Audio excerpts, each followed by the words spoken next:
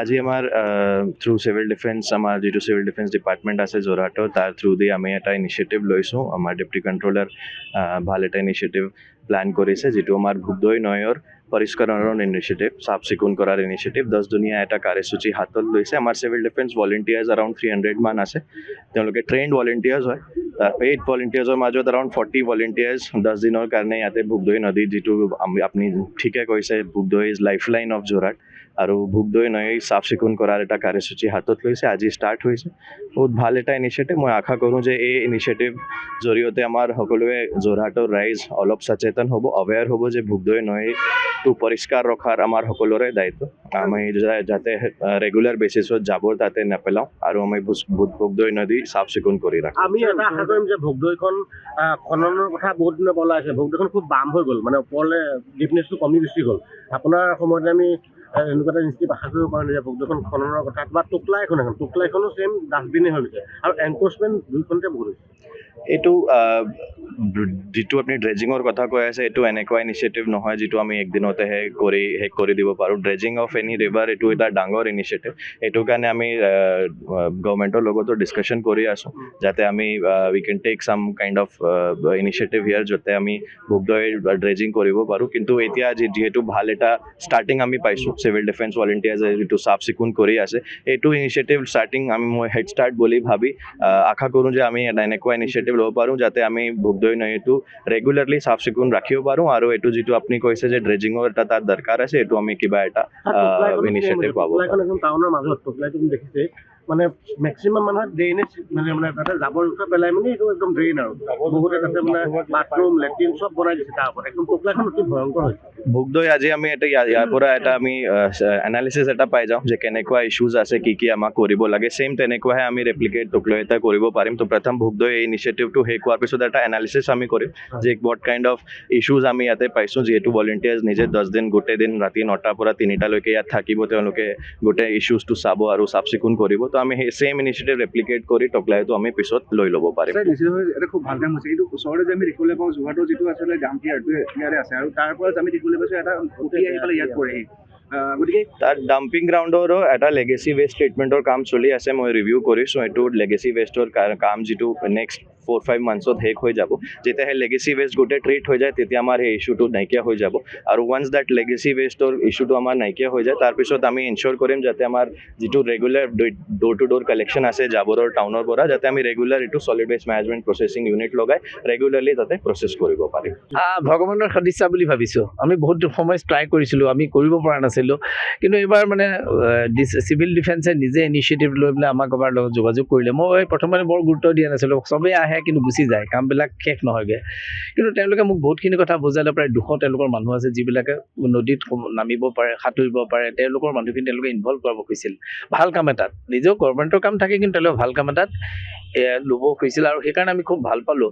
আৰু আজি আমাৰ ডিষ্ট্ৰিক্ট প্ৰশাসন, আমি চৰকাৰ, পাব্লিক, আমাৰ মিউনিচিপালিটি সকলোৱে মিলি আমি এই কামটো আৰম্ভ যিটো হৈছে এইটো শেষ কৰিবৰ কাৰণে আমি যত্ন কৰিম। আৰু মই ভাবোঁ যে বহুতে এটা প্ৰশ্ন কৰিছে, কিছু বেদখল আছে, বেদখলকাৰীসকলক আমি মাতি দিম, তেওঁলোক যাব লাগিব। কাৰণ যোৰহাটত যিমানখিনি মানুহ আমি গুচাইছোঁ বেদখল কৰে, আমি তেওঁলোকক মাতি দিছোঁ। গতিকে আমি তেওঁলোকক, আৰু যোৰহাটৰ এইটো আমাৰ একচুৱেলি লাইফ লাইন ভোগদৈখন শুকাই গৈ আছে, মনটো নিজৰে দুখ লাগে। সেইকাৰণে ভোগদৈ ৰিভাৰ ফ্ৰণ্ট এটা বনাবৰ কাৰণে প্ৰায় 56 কোটি টকাৰ প্ৰজেক্ট এটা মই ৰেডি কৰিছিলোঁ। আৰু মই আপোনাক জনাবলৈ পাই ভাল, সেই প্ৰজেক্টটোৱে এইবাৰ নৰ্থ ইষ্টৰ ভিতৰত বেষ্ট প্ৰজেক্ট হ'ল। আমি কিন্তু কামটো আৰম্ভ কৰিব পৰা নাই। মই অসম চৰকাৰৰ মাননীয় মুখ্যমন্ত্ৰীৰ লগত সোনকালে আকৌ বহিম। কি হ'ব এইটো ভোগদৈ ৰিভাৰ ফ্ৰণ্টৰ এটা স্কাইলাইন বুলি কয় আমাৰ নগৰবিলাকৰ। আপুনি বাহিৰত গ'লে এটা দীঘলীয়া ধুনীয়া স্কাইলাইন তাতে আমাৰ ওখ ঘৰো থাকিব। আমাৰ তাতো পাৰ্কৰ নিচিনা হ'ব। বাহিৰৰ মানুহ আহিলে ইয়ালৈ গৈ পেলাই বহিব পাৰিব, চাব পাৰিব। সেই গোটেই বস্তুটো আপোনাক মই কেতিয়াবা দেখুৱাম, ইমান ধুনীয়া। এইবাৰ ফাৰ্ষ্ট হৈছে তেওঁলোকে নৰ্থ ইষ্টৰ ভিতৰত, যদিও কামটো আমি আৰম্ভ কৰিব পৰা নাই। গতিকে আমাৰ CIDFটো বন্ধ হৈ যোৱাৰ কাৰণে সেই প্ৰজেক্টটো বন্ধ হৈ গ'ল। CIDFৰ পইচা আমি শেষ কৰিব পৰা নোৱাৰিলোঁ, তাৰ কাৰণে ৰাখিছিলোঁ। কিন্তু 2022 চনত এইটো বন্ধ কৰি দিয়াৰ কাৰণে আমাৰ কামটো আৰম্ভ নহ'ল।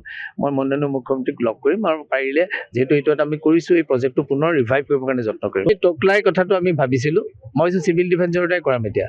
আমি ফাণ্ড দিম তেওঁলোকক। আমি 5 কোটি টকা টোকলাই এখন চাফা কৰাৰ কাৰণে আমি ৰাখিছোঁ মিউনিচিপালিটিত। কিন্তু আনফৰ্চুনেটলি আমাৰ ভাল জনা মানুহবিলাক আমাৰ মানে অহা নাই, যি এনেকুৱা কাম কৰিছে। টেণ্ডাৰ এখন দিলে ঠিকাদাৰ 3জনেও মাৰিব পাৰে, কিন্তু যদি তেওঁলোক এক্সপিৰিয়েঞ্চ নহয়, দি দিয়াৰ পিছত আমাৰে বদনাম হ'ব কামটো বেয়া হ'লে। সেইকাৰণে আমি এক্সপিৰিয়েঞ্চ মানুহ বিচাৰিছিলোঁ। আৰু যদি ভোগদৈখন এনেকুৱাই কৰিব পাৰে, আমি চিভিল ডিফেন্সক কিয় আমি কামটো দিব নোৱাৰোঁ? তেওঁলোকে সুন্দৰকৈ কৰিব। 5 কোটি টকা আমাৰ আছে, 5 কোটি এইকাৰণে কৰা হৈছিল। প্লেন গোটেইখন টোকলাইখন এখন মূৰলৈকে কৰা হৈছে, য'ত পৰিবগৈ ভোগদৈত।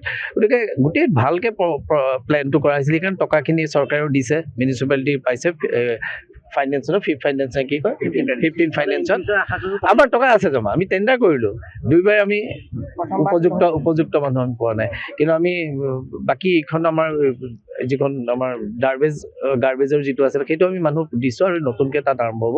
আৰু কাৰণ টোকলাইখনো আমি ভাল কৰিব লাগিব, আৰু উৎসাহটো আমি ইয়াৰ পৰা পাম। চাওক, এইখন নদীতে আমি শৈশৱ পাৰ কৰিছোঁ, কৈশোৰ পাৰ কৰিছোঁ। এই নদীখনৰ প্ৰতি সদায় টান আছে। টান থকাৰ কাৰণে কি হয়, যেতিয়া আমি অহা যোৱা কৰোঁ, নদীখন দেখোঁ, এই নদীখনৰ কদৰ্যময় ৰূপ যিটো ৰূপৰেখা আপোনালোকে দেখিছে, সেইটোৱে যথেষ্ট মনোকষ্ট দিয়ে। অকল মোকেই নহয়, যোৰহাটবাসী প্ৰতিজন ব্যক্তিক দিয়ে। সদায় ভাবোঁ কিবা এটা কৰিব পাৰি দেখি। লাহেকৈ দেখিছোঁ যে নহয়, মোৰ ওচৰত যিহেতু কেডাৰ আছে, মোৰ প্ৰায় 300মান আমাৰ কেডাৰ আছে, ট্ৰেইন কেডাৰ। তেখেতসকলক লৈ আমি কিবা কৰিব পাৰোঁ নেকি, আমাৰ নিজৰ মাজতে আলোচনা কৰিলোঁ। আলোচনা কৰি মই আমাৰ আয়ুক্ত মহোদয়ৰ লগত কথাটো আলোচনা কৰিলোঁ, আৰু আয়ুক্ত মহোদয়ে একে খুবেই লগে ক'লে যে নহয়, আপুনি এইটো খুব সুন্দৰ কথা ভাবিছে, আপুনি আগবাঢ়ক, মই আপোনাৰ লগত আছোঁ। গতিকে তেখেতৰ একদম প্ৰত্যক্ষ পৃষ্ঠপোষকতাত আমি কাম কৰাৰ সাহস পালোঁ। সাহস পোৱাৰ লগে লগে মই এটা টীম বনালোঁ। 40জনীয়া এটা আমাৰ টীম আছে, প্ৰত্যেকজনেই ট্ৰেইন মানুহ। আমি 40জনীয়া টীমটো একেৰাহে আজিৰ পৰা অহা 25 তাৰিখলৈকে 10 দিন ধৰি কাৰ্যসূচী আৰম্ভ কৰিছোঁ। এই 10 দিনত আমি প্ৰথম অৱস্থাত পূজাদেৱী ঘাটৰ পৰা আপোনালোকে দেখিছে, আমি যিখন ভোগদৈ ব্ৰিজ আছে AT ৰোডৰ ওপৰত, তালৈকে হ'ব ফাৰ্ষ্ট ফেজত। ছেকেণ্ড ফেজত আমি কাম কৰিম সেইখন ব্ৰিজৰ পৰা, AT ৰোডৰ ব্ৰিজখনৰ পৰা যিখন আমাৰ লোহাৰ দলং আছে, ৰেলৰ দলং বুলি আমি কওঁ, তালৈকে যাব। আৰু নেক্সট ফেজত, থাৰ্ড ফেজত আমি ৰেলৰ দলংখনৰ পৰা আমি যিখন আমাৰ বাইপাছৰ ব্ৰিজ আছে তালৈকে যাব। এইখিনি জেগাকে আমি প্ৰথম অৱস্থাত লৈছোঁ। পৰ্যায়ক্ৰমে আমি অন্য নদীবিলাকৰ কথাও চিন্তা কৰিম। টোকলাইখনো আমাৰ যথেষ্ট লেতেৰা নদী, তৰাজানখনো আছে, বা বিভিন্ন ধৰণৰ নদী যিবিলাক জান জুৰি আছে, সেইখিনি আমাৰ সকলোৰে সম্পদ। সেই সম্পদখিনি যাতে আমাৰ পৰিষ্কাৰ পৰিচ্ছন্ন হৈ থাকে, আমি যাতে যোৰহাটীয়া হিচাপে গৌৰৱ অনুভৱ কৰিব পাৰোঁ, তেনেকুৱা এটা পৰ্যায়লৈ নিয়াৰ মোৰ এটা পৰিকল্পনা আছে, ব্যক্তিগতভাৱে এটা পৰিকল্পনা আছে। আৰু মই সকলোকে আপোনালোকৰ চেনেলেদি অনুৰোধ কৰিছোঁ, যোৰহাটবাসী ৰাইজৰ যদি আমি সহযোগিতা পাওঁ, নিশ্চয় মই আমাৰ এই কাৰ্যত সফল হ'ব পাৰিম। যিকোনো খবৰৰ বাবে যোগাযোগ কৰক 7099017330, লগতে 7099017110 নম্বৰত।